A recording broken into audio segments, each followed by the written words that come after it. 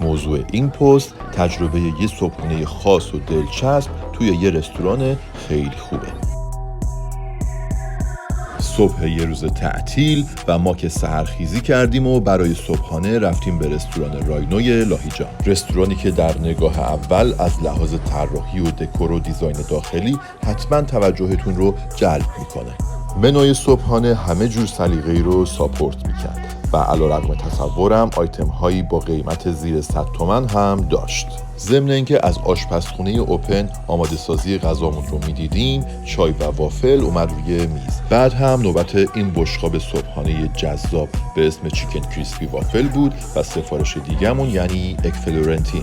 احتمالاً شما هم با من موافق هستید که سرو غذا و گارنیش با وسواس و دقت و توجه زیادی انجام شده. البته نظر من اینه که یک پلیت با رنگ روشن میتونست حس و حال صبح و نور و شروع یک روز خوب رو بیشتر تداعی کنه. از بحث ظاهر که بگذریم، هر دو بشقاب با تنظیم مقدار کربوهیدرات و پروتئین و سبزیجات غذاهای کاملی برای صبحانه محسوب می‌شدن. بشقاب چیکن کریسپی وافل شامل پشت اگ، وافل و سینه مرغ سوخاری و ترکیبی از اسفناج و پنیر و قارچ و گوجه و سس‌های خاص بود.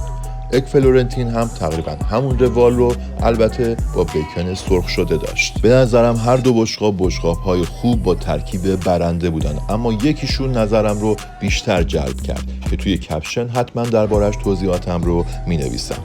حسن ختام صبحانمون هم چای تازه دم لاهیجان به همراه وافل و شکلات و میوه و بستنی بود. تا من کارت میکشم و هزینه غذامو حساب میکنم، شما هم لطفاً 2 بار بزن رو صفحه و این پست رو لایک کن. راستی خوندن توضیحات کپشن یادت نره.